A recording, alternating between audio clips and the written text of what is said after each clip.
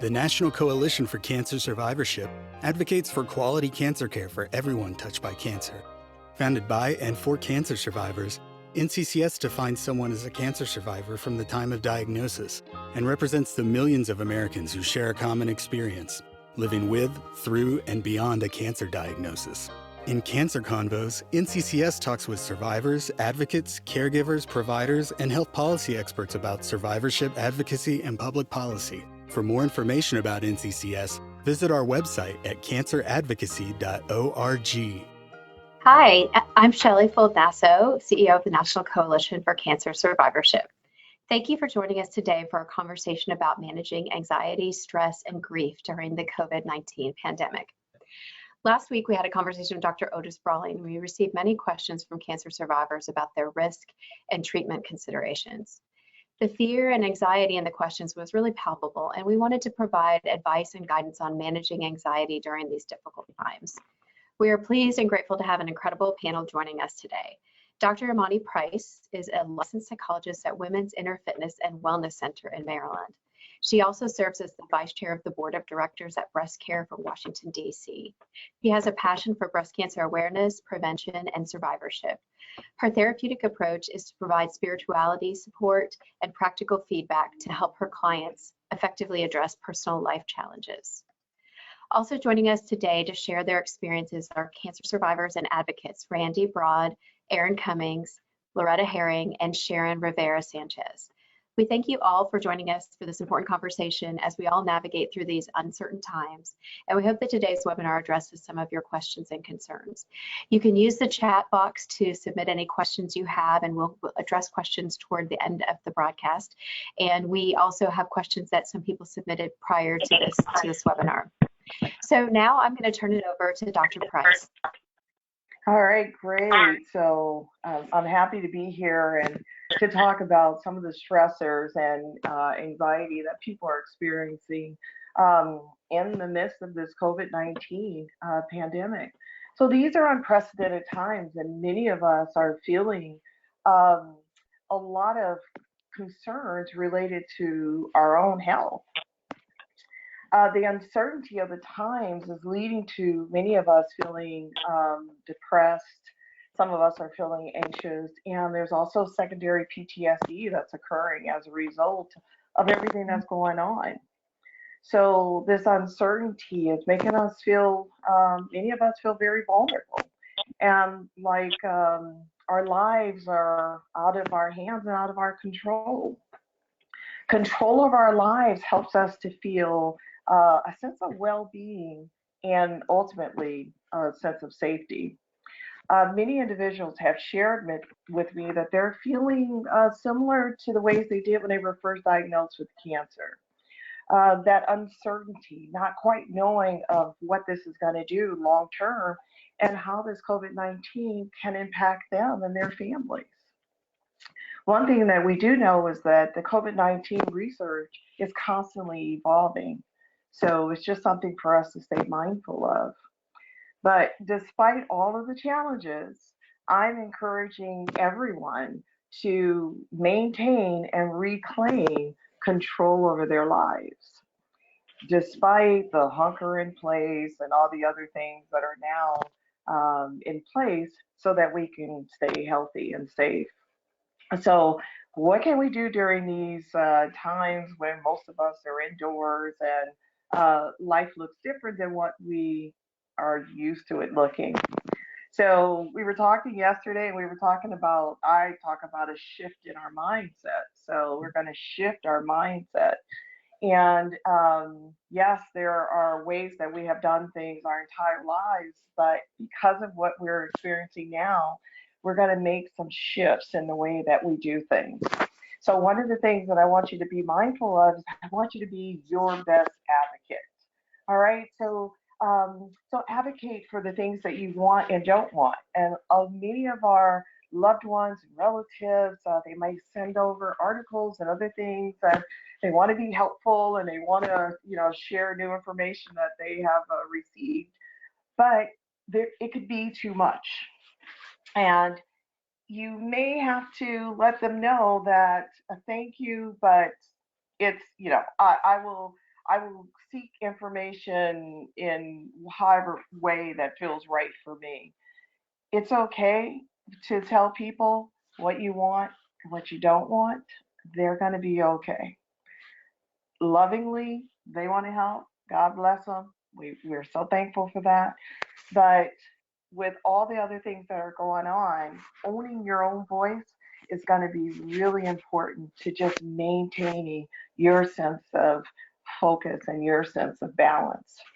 Also, I want you to maintain connections and community with other peoples. These virtual platforms are terrific, and we're using one right now, but there's Zoom and other video chats, conference calls, communication apps, emails, IMing people. Find ways of staying connected. Now, it may not feel like when we used to all get together and go to brunch and so on and so forth, but a nice video chat with a group of girlfriends or friends where you guys are all eating lunch at the same time and a glass of wine or whatever you like, and just enjoying conversation is a way to stay connected to community and other people, and you're also able to maintain your safety.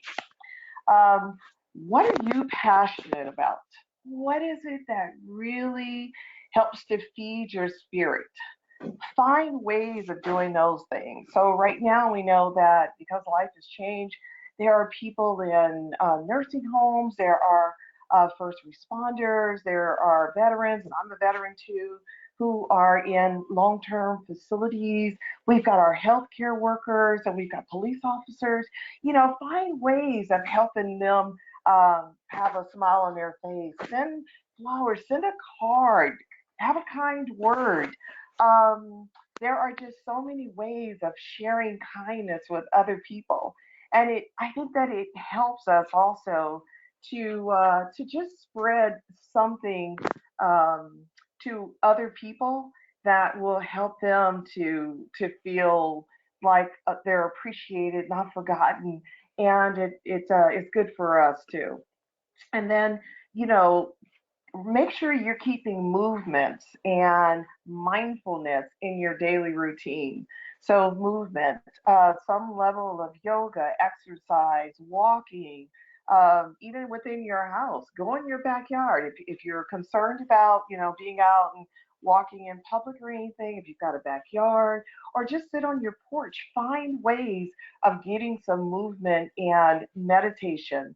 Um, Doing deep breathing, writing in your journal, doing mindfulness things. In addition to that, eating well, lots of fruits and vegetables. So if you don't bring the junk in your house, I'm not going to mention any names, you won't have it to eat while you're indoors and trying to figure out, now what do I do? And getting plenty of sleep.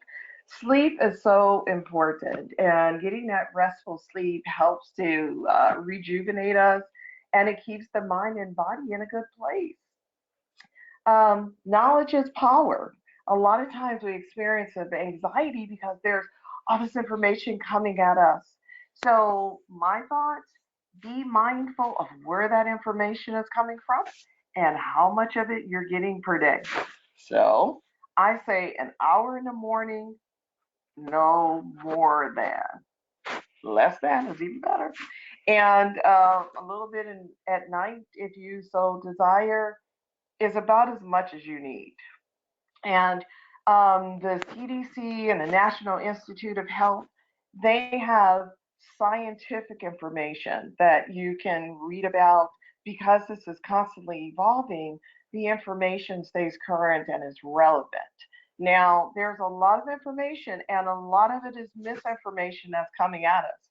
And because we're hearing so many different things, it can be overwhelming, or we can start to feel worried, like, I don't know what's right and what's not right. But the CDC and the National Institute of Health, they are two very reputable scientific based organizations. I would encourage you to use them for your information. Um, we were talking about there are changes in some of the medical screenings and appointments that we were able to have before all this happened.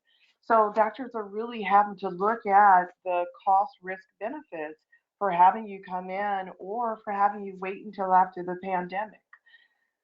So I encourage you to continue to take care of doing self-exams, paying attention to your body, paying attention to your organs, looking for any abnormalities or any changes.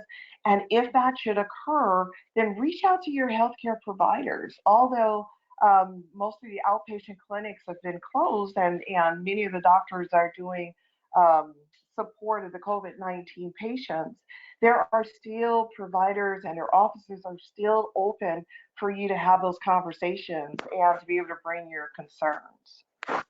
I want you to remain vigilant about your health because it's everything, right? So and then if you're unable to get motivated, if you see that your mood is changing, if you just notice that you just don't feel quite like yourself, then I encourage you to reach out to a mental health provider. There are all of us, including my practice, we're all doing things virtually.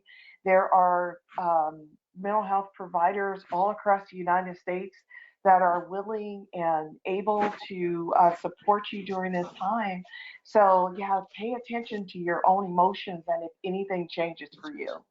So those are kind of the things that I want to bring to mind. So now I'm going to open it up to our panel for discussions about some of the challenges, the triumphs, and learning experiences that have happened during this time.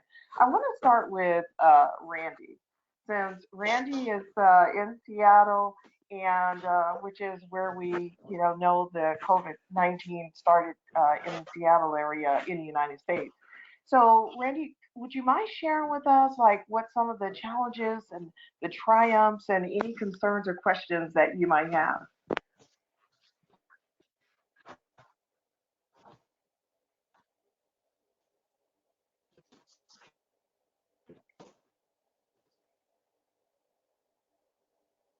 Randy, you're on mute. Thank you.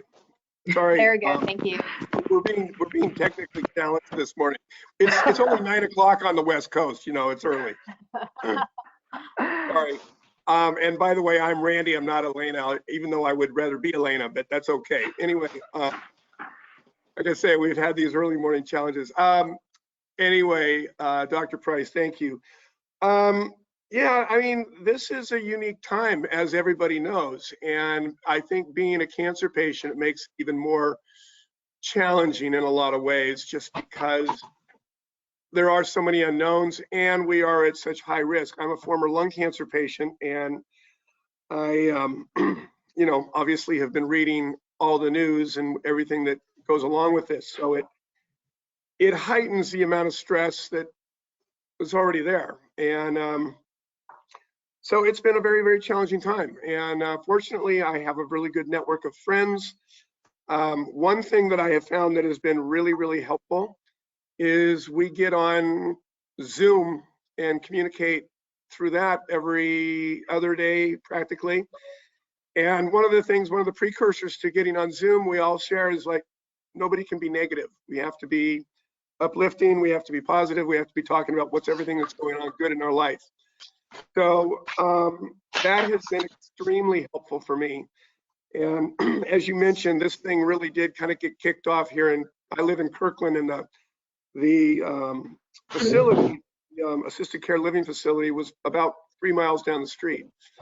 So that made it even a little bit more excruciating, if you will, because I ended up going to the hospital there originally, like 6 weeks ago, to actually get checked to see if I had the virus. And once I got there, I realized I was really in the wrong place.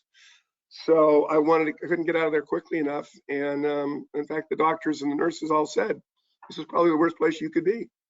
So there's just all these things. But through it all, I would say that one of the great things, being a patient advocate, I have continued to do my advocacy work, and I get a lot of enjoyment out of that. I had one recently of a friend of mine who I worked with for many years. Her younger sister, recently was re-diagnosed with a metastatic from her breast cancer.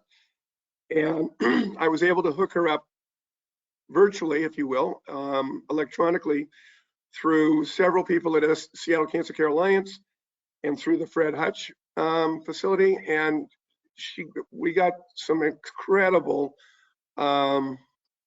information for her to be, treated at this challenging time. And so to continue doing what you're doing and what you like to do and you get enjoyment from means a lot. And that did help a lot. Thank you.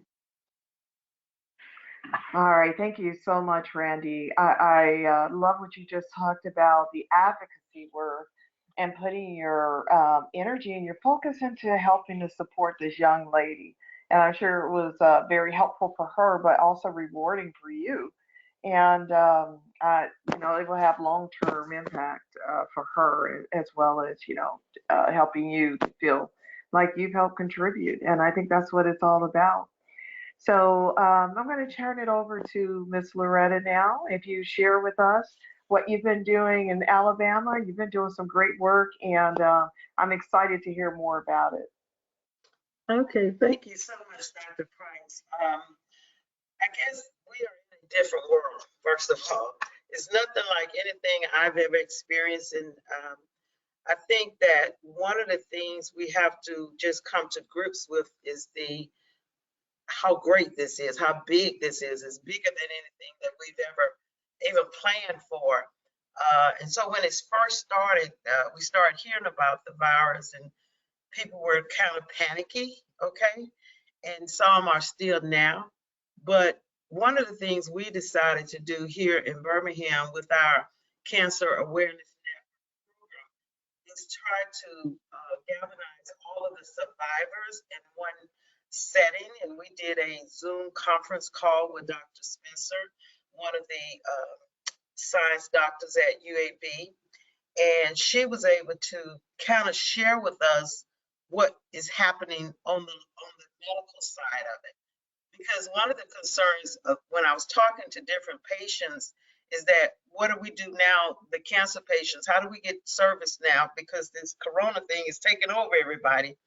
And so she reassured us that patients will still be seen, all new cancer patients will still be seen, and that we don't have to worry so much about not getting the services we need if you really need them.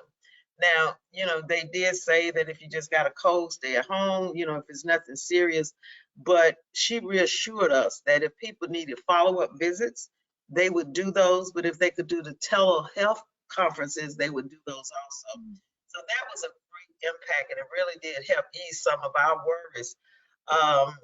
When you think about this whole virus thing and staying in the house, I'm a very outgoing people person, and I like to be around people, and I like community people. And so it was very hard for me at first because here I am in the house all the time. And so like Randy was saying, we started doing the Zoom conferences, and we do those maybe every other week for different type of groups. And one thing you said, Dr. Price, that really resonated with me is with family and friends, trying to get those people together on a regular basis to still have that personal contact, even if it's not physically personal, and just kind of talk. I have a group of ladies in my age group that we meet every other month for lunch. And so we did a chat and chew on Zoom one evening, which turned out to be great. They really loved it. And so it's those kind of creative things that we're trying to do. I still walk every morning. I was walking before all this happened, so I'm still doing the same thing. Try to get at least 5 miles in a day. I'm so proud of myself because past couple of days I've been doing 7 miles, and just trying to keep my focus not so much on the fear factor of it all, but how do we work through it? And so we've also set up a series of conferences that's coming next couple of months really for cancer survivors to kind of tune in and see what's happening and how to keep their sanity in all of this. And then also to focus on how we can continue the work of advocacy. I think it's so important that we don't get so bogged down in this coronavirus syndrome that we forget there's a world out there that still need our help. And so we still have to do the advocacy work. I'm so excited about what this panel is doing and what it brings to the community. And so I just hope we can continue these type of sessions.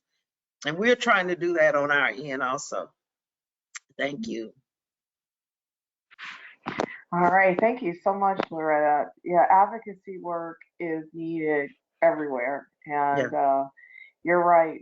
This part of our lives has changed us in some ways, and our ability to get out and about. But it shouldn't stop us from connecting with people. There are so many ways for us to stay connected, and we are communal as people, so we need one another.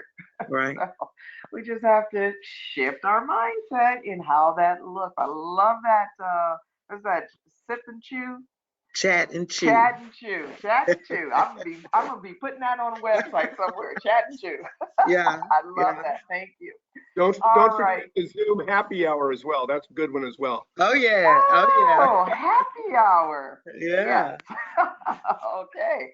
See, I love this. We're coming up with so many, catchy and interesting, fun new ways of staying in community with one another. So I want to turn it over now to Miss Erin. Erin, share with us, what this experience has been like with you, anything that you have learned from it, and ways forward. Well, the timing of this is for everybody was tough. Our particular group of long-term survivors, I'm a long-term survivor of Hodgkin lymphoma, and most of the folks that I connect with are also long-term survivors. And there's two things. One is that we were planning our first conference to connect in person with a lot of hugging going on. First time many of us who've been in touch with each other for years would have been able to meet in person. And that was supposed to happen this June in Boston. Shelley was scheduled to speak. We had some speakers who are experts in long-term issues coming. And to cancel that was really painful. And yeah, we can do a webinar, and yeah, we can do Zoom, and we will be doing Zoom meetings, probably less for the educational informational reason and more so that we can stay connected. The real purpose of this conference was to get together and share our experiences with each other. I noticed that the different Facebook support groups, however, kind of picking up the slack for that really well. And they're sharing information, and they're sharing ideas, and they're sharing compassion and sympathy. Some people are really struggling. Most of us who have been down this road for a period of time, myself included, have had some pretty serious long-term effects from our earlier cancer treatment. And that involves heart damage and lung damage, secondary cancers, breast cancer, serious immune deficiencies, and that all adds up to being severely at risk. And I think we all came into this knowing that we checked far too many of those boxes. So, and this is true for all cancer folks, survivors, it's true for people walking around outside. But when you know that you are high risk, I think it really forms your behavior in some very different ways. And we talked about this earlier, but I think it's important that we be able to say to our friends and even our family, I can't do this. I have to stay protected. I'm really at risk. You might be able to do it. I just can't. Please understand. I'm just trying to stay alive here. And while that sounds dramatic, it's actually the truth. There's so much that we don't know. And I think that sharing information has been really helpful. But I think advocating for yourself as a person of risk is probably the most important thing we can do to feel empowered again. And let's face it, that's what this is all about, is just feeling the lack of control, the lack of ability to really care for yourself in the way you need to. If you know you're putting off treatment, if you know you're putting off an operation that you need, that means you're going to be frightened, and that's where we're at. So yeah, I think the connection piece could not be more important right now. I've been alone for going on 6 weeks now. And it's not easy. I lost my dad last week to COVID, and I had to mourn him completely alone. And that's something I never expected to have to do. But the outpouring of grace and respect and caring that I got from people, even through a computer on a phone call, was fantastic. And it made me realize that I'm apart, but I'm not alone.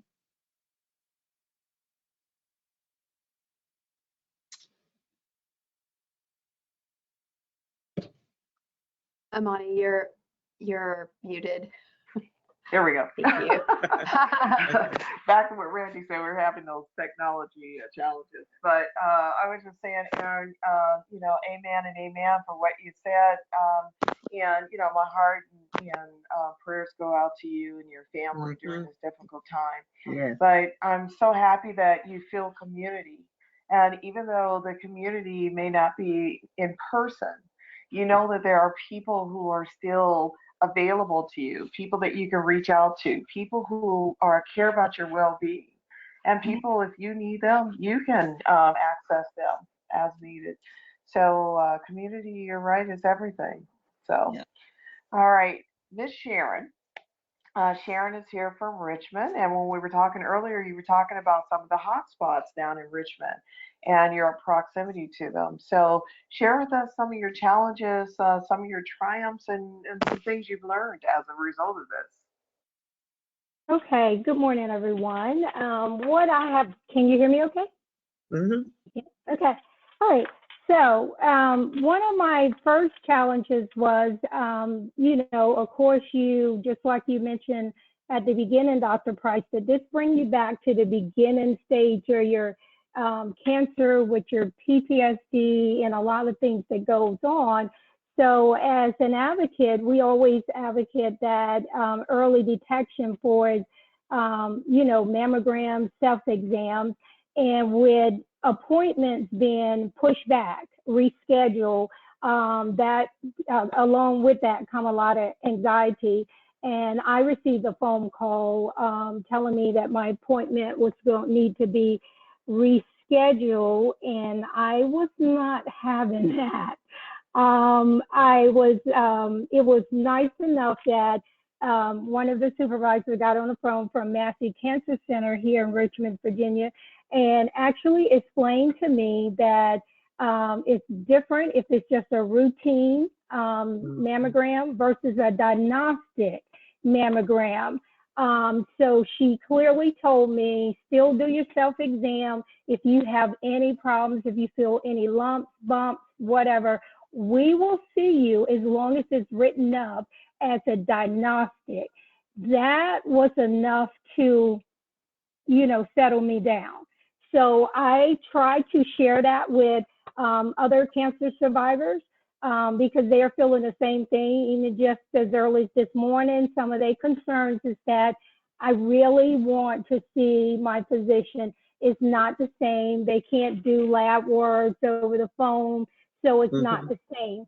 But when I relate to them that if it's something like that related to, breast cancer, they still will see you, is what I'm being told. So still continue to do the self-examination. Also at Massey Cancer Center, we have a new director, Dr. Robert Wynn, who is, in my opinion, very approachable. He came into COVID-19, so he has to focus on that first, but still I find him very approachable. Now, some of, our concerns, again, is not seeing our physician, but once you understand what is really going on, I'm also hearing from patients that they are getting mixed messages. We're not together, people are saying different things. And I think that's because they're still trying to figure this whole thing out. So some of the things we can do is just like we're doing now, have the Zoom conference. We definitely can stop eating. I know I can stop eating. Yes, definitely do that. So what we are doing is the conference as well. My organization, Saving Pennies for a Cure, we practically, when we are not at a conference, we're not out advocating or delivering, we kind of live in the grocery stores, because one of the things that we do is shop for the necessary items for our chemotherapy patient. We are unable to do that now due to risk. We also are unable to deliver in the infusion rooms as well due to risk. So this have really, COVID-19 have really changed things, made us rethink things. So what we are doing now is actually teaching other people through Zoom and through webinars how to actually save every penny, how to clip your coupons and save every penny. So pretty excited about that. We actually have a class coming up tonight. So that kind of helps still connect you with people. I do encourage everyone to get out and walk. You may have to just put on your earbuds and walk alone. I encourage cancer patients to keep everybody out, and you stay out as well. So that's some of the things that we are doing. We are very concerned here in Richmond about Canterbury Nursing Home, because we actually have made national news, and that's not anything you want to make national news about. As of this morning, I could be wrong, but what I'm showing or what I'm seeing is 45 deaths. That is, Canterbury is 2.9 miles from me. Some of the workers have test positive. So if it's only 2.9 miles from me, that means that we probably go into the same grocery stores and things like that, which is only the grocery stores and the drugstore. So for a cancer patient, cancer survivor, you have to be super careful, very, very careful in what you do. But lending support, try to shift and lend in support, because we cannot get in the infusion rooms right now. We understand that, and we definitely respect that. I have started encouraging everyone to reach out to their providers. I reached out to one of the providers that, I'm finishing up a clinical trial, and, one of the things was, hey, hope everyone's doing well, just wanted to check in. And the email the response that I got back, we are okay, but I lost my dad to COVID-19. And, they have been there with us through our hard time. They're still there with us. We can kind of flip the switch and be there for them, because they're on the front line right now. So definitely, I would encourage everyone, if you're just doing follow-up with your oncologist, radiologist, your surgeon, reach out to them. How they doing? Just as you mentioned, send a card, things of that nature. So we are, those are some of the things that we are doing down here in Richmond, Virginia. So that's about it for me. Thank you. I thought that was fantastic when you shared with us earlier about reaching out to your healthcare team and just seeing how they're doing, and sending a card. The doctors and the MDs and nurses and respiratory therapists and others that I work with in the hospitals, they appreciate those cards, those little things. They appreciate it so much. It helps keep them motivated and reminds them, even during the tough time, of why they do this.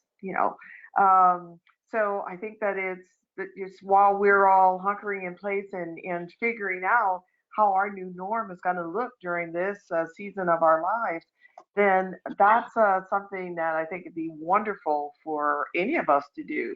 And those of us who have kids, little kids, grandkids, they can draw pictures and that kind of thing. People love that kind of stuff. So just being able to reach out and staying part of community. So Shelley, I don't know how you want to do it now. Do you want to open it up for questions or? Yeah, I actually have quite a few questions already that people submitted either before when they were registering for the webinar, and also people have been submitting questions during. So I have a few for you, but I'll start with this one. We have a number of providers on the phone as well. And so I'm combining a couple of questions, but one of the providers asked if would welcome some tips on helping patients manage anxiety and depression related to COVID-19. And also, not everyone has access to online offerings. So what can we as providers, but also as advocates, do to help for cancer patients that don't have access to the online offerings other than personal phone calls? Yeah, those are really good questions. So I know one of the ways that physicians can help their patients who are trying to manage anxiety and depression is to find out what their social supports are. I know when I'm working with patients, I have a list in my mind of things that might be helpful, but I need to hear from them what makes sense for them. So we're talking about these social platforms, and if you have a person who doesn't have that, then what are the other ways that they can be connected? Do they have a pen pal? Are there groups that that we know of that are in the community that we could reach out to, that they might be able to, exchange telephone numbers with these individuals? Talk to our patients about doing the reading, mindfulness. What is their level of spirituality? That often helps to keep people grounded. But just finding out what kind of things do they have in place for themselves, and who are their social networks, and what kind of avenues would be helpful for them. It's yeah, that's kind of how I'm looking at it. But I always believe in mindfulness and deep breathing, relaxation, meditation apps. If individuals don't have smartphones, you can access DVDs, you can access on television, through cable networks. There are just so many ways of being able to access those kinds of relaxation techniques. And many people have books in their offices that have ways of doing deep breathing. So I think just trying to get some of those resources in place and share those with your patients, and teaching them how to do deep breathing, that's something that can be taught in minutes, and having them do it, demonstrated in front of you. And that's something that people can do at any time in their when they're at home. Shelley, can I just add to that real quick? Just one of the things that hearing different thoughts and ideas, is it occurs to me that the focus has necessarily been on what we can't do. We can't do this, we can't do that, we can't go here, we can't go there. But I think if we can remind ourselves, Dr. Price said, of things that we can do, the things that we do have, we're very focused on what we're living without and how isolated we are. But there are things that we can do. And I think any little pieces that we can pull out that make us feel like we're making a difference or we're taking care of ourselves, whatever it is, it doesn't have to be huge. As we talked about this last night, it's kind of a building block on feeling in control again. Even if it's not the whole picture, those little pieces add up to feeling like you're taking back some of the control that we've lost. I agree, Erin. It's back to shifting our focus and how we look at things, and what we do still have, and what we still can do within the limitations of either our home or sitting on a porch, sitting outside. All of that is still available to us, and something that we can still do. Am I on? Okay. Yeah. One of the things, this is Sharon in Richmond. One of the things that I forgot to mention that we are also doing, a lot of people, and I think Loretta forgot to mention it too, we spring clean, whatever you call it. And we have a lot of extra things. So if you have a patient that do not have access to the web, but maybe know someone that could post if they're looking for certain things. For example, I needed to ride my bike inside, and I needed it's called a trainer to stationary my bike inside. I post that online, And within 1 hour, I had 2 people. One person said, hey, I'll donate it. I'll put it on the porch. My husband went and picked it up. We sprayed it with Lysol. Great. And just last night, someone was on there. It's another nonprofit that help pregnant moms. I have tons of baby clothes. They are welcome to it. So I think that if they could network with someone that I clearly understand that they do not have access to online, but if they connect with anyone that perhaps could post for them, if they was looking for something, even if they wanted to get out on a nice day and said, hey, this country road, maybe I can ride a bike. I think you would be surprised right about now what people are willing just to donate. Very good. Very good. A comment too along those same lines. I don't know, can you hear me? Am I on? Mm-hmm. Okay. Yeah. Along those same lines, one of the things that I found is that when this thing first started, a lot of us, including myself, did not know what a Zoom was. And so I'm still faced with the challenge of getting people to understand the use of social network and the internet. And I have people in my circle who are still fighting against it because like yesterday, it took me an hour to get my sister hooked up to Zoom because her husband had put the tape over the camera because he didn't want anybody looking at him in his house. I don't get the logic in that, but that's how he felt.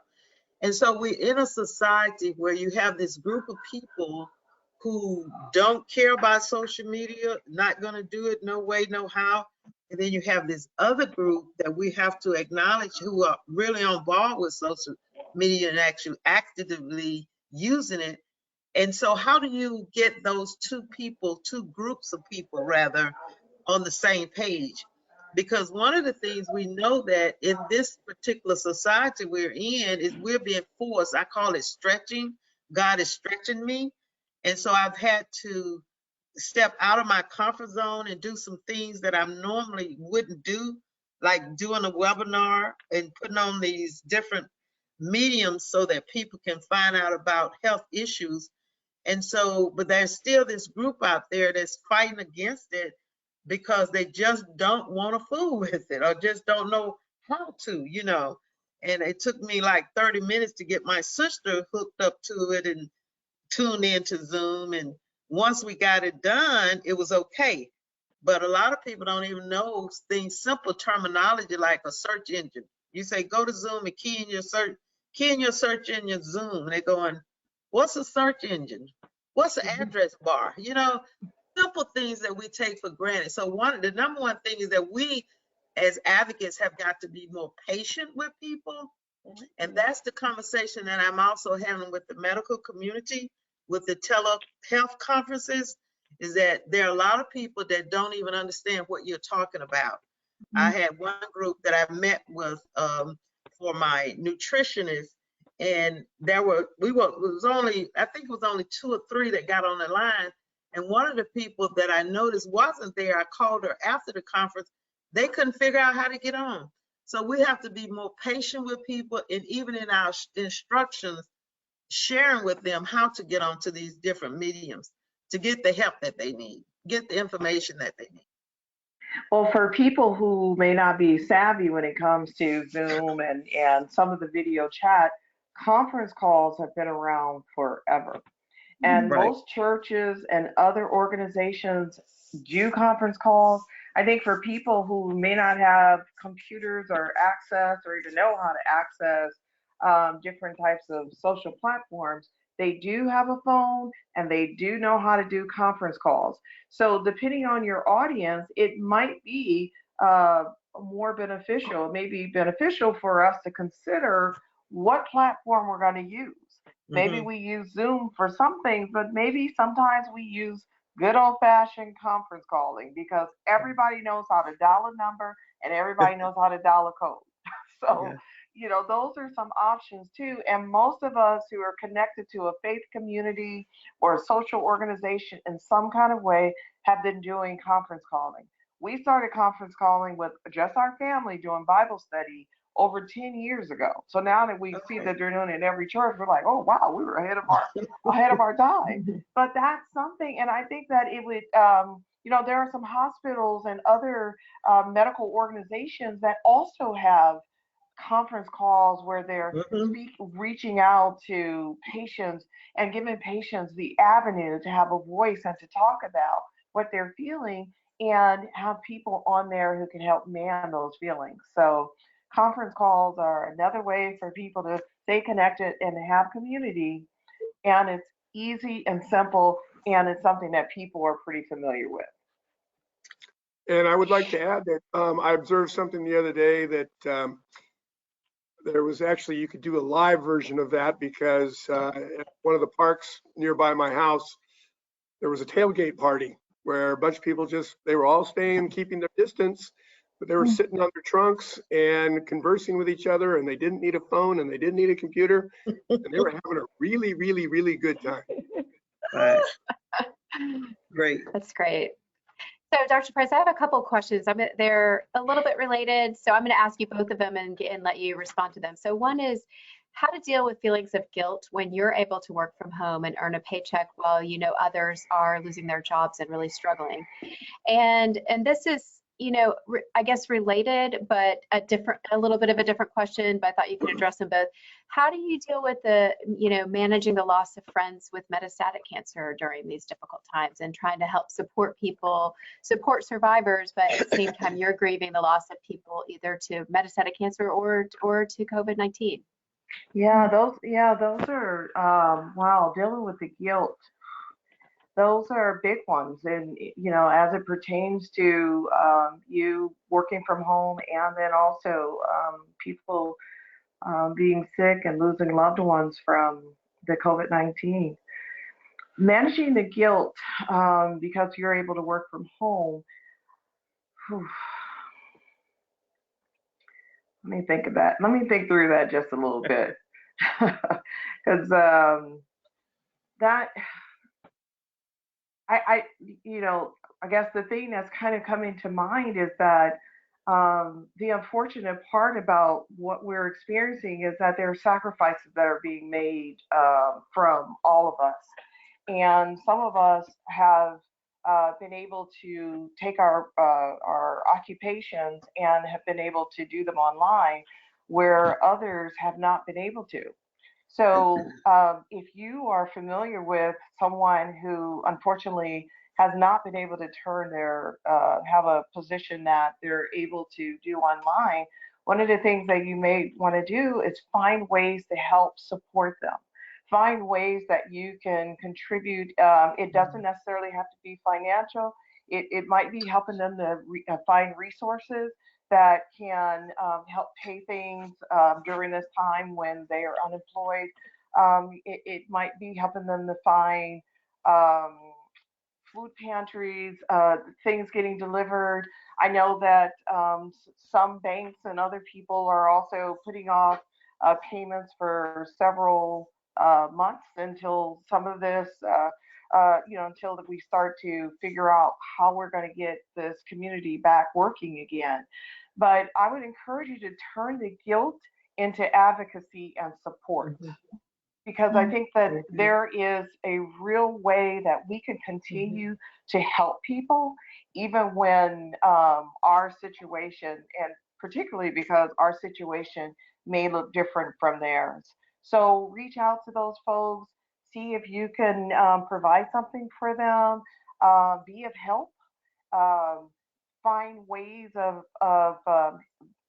finding resources for them, and just being present. Sometimes people just need to have a place to take their grievances, to take what they're feeling, how they're feeling, be available to them.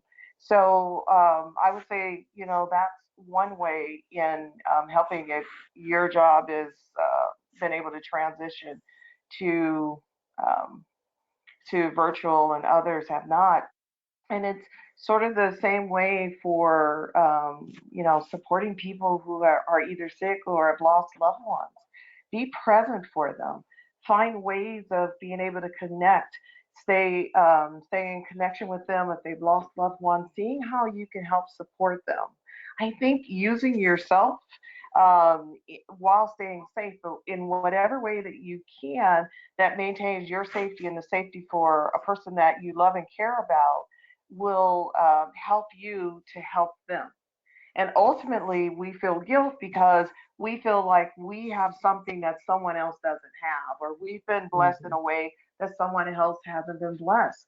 Well, take that and turn that into help, advocacy, support, and finding resources for the person that you believe is needing your help or support. Yeah, that's great. Also, I would just say gratitude too. I mean, that helps a lot. I know I feel a lot of gratitude that I have a job that I can still do from home, even if I'm trying to do it while homeschooling kids, or maybe not homeschooling, that might be a stretch, but at least trying to oversee that they're getting some schoolwork done. So I have one more question, Dr. Price. You talked about the importance of sleep, but I'm hearing a lot of people are having difficulty sleeping, whether it be falling asleep or waking up in the middle of the night, not being able to fall asleep. And so what advice do you have to help people sleep better? So I think there are a couple things that people can do to sleep better. Number one, it's looking at some of the reasons why we can't sleep. Is it because of racing thoughts? Is it because we're trying to figure out how we're going to get through this? If it's because there are so many things that are going on around us that it just makes it impossible. There are so many reasons why we can't sleep. So I believe in good sleep hygiene. And so we talk about making sure that the bedroom temperature is correct. Try not to take naps during the day. If you have a lot of things on your mind, try to have a notebook or something next to your bed so you can write those things down. So when you're falling asleep, you don't have that you're taking to bed with you. Or if you wake up during sleep, you can have a place where you can put that. Do things like apps. There are all kinds of apps and even things that are on YouTube that will help with white noise or background sounds, or doing some level of mindfulness meditation that helps you to go to sleep at night. Some people exercising helps.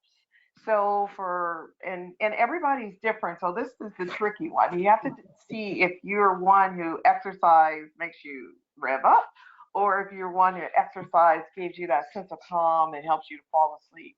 But exercising before you go to sleep can also be helpful if that's one of those things that helps you to relax so that you can go to sleep.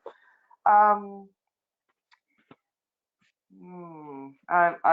drawing a blank, but those are some of the major things that I've encouraged people to do. Oh, also be mindful of what you're reading and what you're watching before it's time for bed. So I encourage people within an hour of the time that you want to fall asleep, try not to watch anything that is scary, suspenseful, high energy, any of those kinds of things. You want to put yourself in a position where you're slowly starting to relax to get ready for time for going to sleep. Also, eliminate caffeine late in the day because caffeine can impact one's sleep. And if all of those things, if you're trying all those things and all those things fail, I would say check in with a mental health provider and go over some of the things that are going on in your mind that you're having a hard time turning off, and seeing if having someone to talk to about those things, if that will help you to have a better quality of sleep at night. Great. Thank you. And I want to end on one last question for each of you, which is, what do you see any silver linings in this situation that will help us in the end after we get past this pandemic? How about Sharon? Do you want to start? Okay. You're Sure. in the top left box of my screen. So. Okay. I feel that during the holidays, people are very nice. They come together. Christmas, everybody is cheerful. I actually see the same thing for the most part now, for the most part.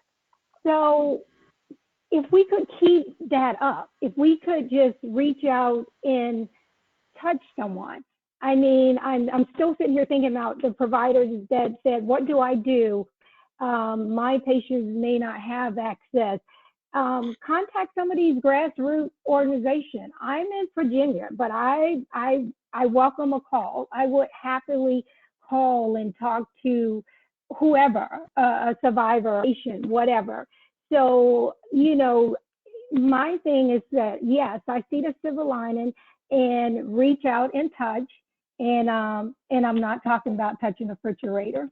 That's what I'm being, the reason I say the refrigerator, because I keep reaching for my refrigerator.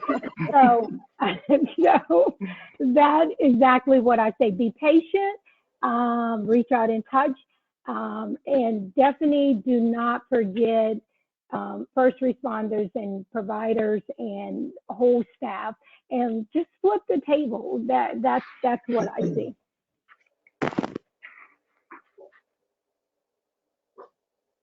One thing I would like to Great. add is that I think has been really beneficial from this is to slow down.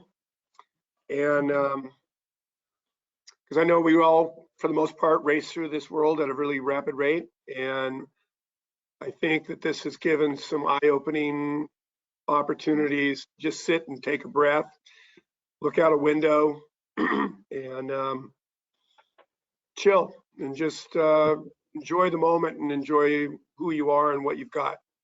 Be beneficial. Be thankful for that. Great. Yeah. Loretta? Okay, I guess my major takeaway is that there's always hope in everything that comes along in our lifetime, and that we have to find the positive in everything we do.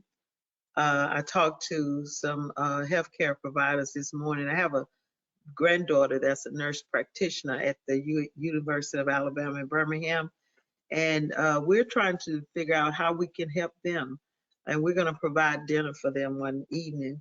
And have a daughter-in-law who works at another local hospital, and we will provide lunch for them through our Cancer Awareness Network program. So we have to figure out ways to stretch ourselves, but we have to also figure out ways to help others. I firmly believe that no matter what situation we're in, if we can just take the focus off of self and see how we can help somebody else, how we can reach out, as Sharon said, how we can touch somebody else and just make their lives better, then we'll begin to see that there is hope and there is a silver lining. And I think we're all going to get to it. It's going to be hard, but I know we're going to make it, because I still have that hope. And I don't believe that any type of fear, I think fear is a regular, normal thing that everybody have, but to have a spirit of fear is to be in bondage. And I don't think God wants any of us to have that spirit of fear, so that we're in bondage, looking over our shoulder, trying to figure out what's going to happen next. And I just love what Randy said about slowing down and looking at one day at a time, taking a moment to breathe and watch the trees. I was walking and looking at the birds and the animals this morning. I'm going, wow, you know, it's such a beautiful world that we have. We got to take time and look at it and really absorb it and enjoy it, because there is a silver lining. And we're going to get through this, guys. We're going to do it.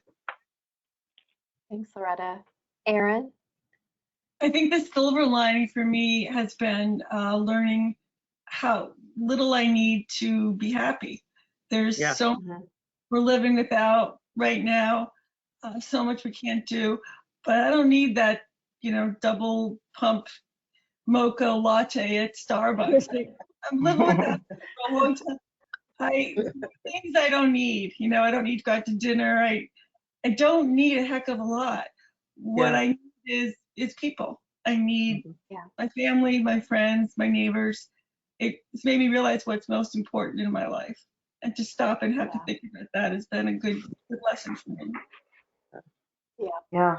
And Thank I you. would say that stopping and smelling the roses, I love what Randy say. I agree with it also. Use this time to reflect and relax and just to figure out what's important in your life. Learn a new skill, um, do things that you're passionate about, and Mhm. just take it a day at a time, knowing that we are here in this situation. We're in this together. This is all of us. And there is love and there's support and there's hope. We're going to get through this together. Great. Thank you so much, all of you. Thank you, Dr. Price, for sharing your wisdom and insights. And a big thank you to Randy, Aaron, Loretta, and Sharon for sharing your experience and hope. They're all members of our Cancer Policy and Advocacy Team, or CPAT program. CPAT is our program for survivors and caregivers to engage as advocates in public policy around the needs of cancer survivors. We've talked a lot today about advocacy, and so CPAT is free to join, and you can find out more about it on our website at canceradvocacy.org/CPAT. We are planning to do some small group virtual chats for CPAT members in the near future, so please be on the lookout to sign up. Thank you again to everyone for joining us today. We look forward to presenting future webinars and podcasts on COVID-19 topics and beyond. Hope you have a wonderful day and stay well. Thanks. Thank Bye. you. Thank you. Bye, Bye-bye. Bye, everyone. everyone. Bye. Thank you. In our next podcast, we'll talk to Dr. Don Dizon, a medical oncologist who specializes in women's cancers.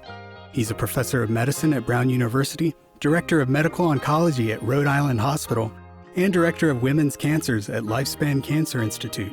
In a series for Medscape, Dr. Dizon is chronicling his experience on the front lines of oncology during the COVID-19 pandemic. Thank you for listening to our podcast. For more information about NCCS, visit our website at canceradvocacy.org.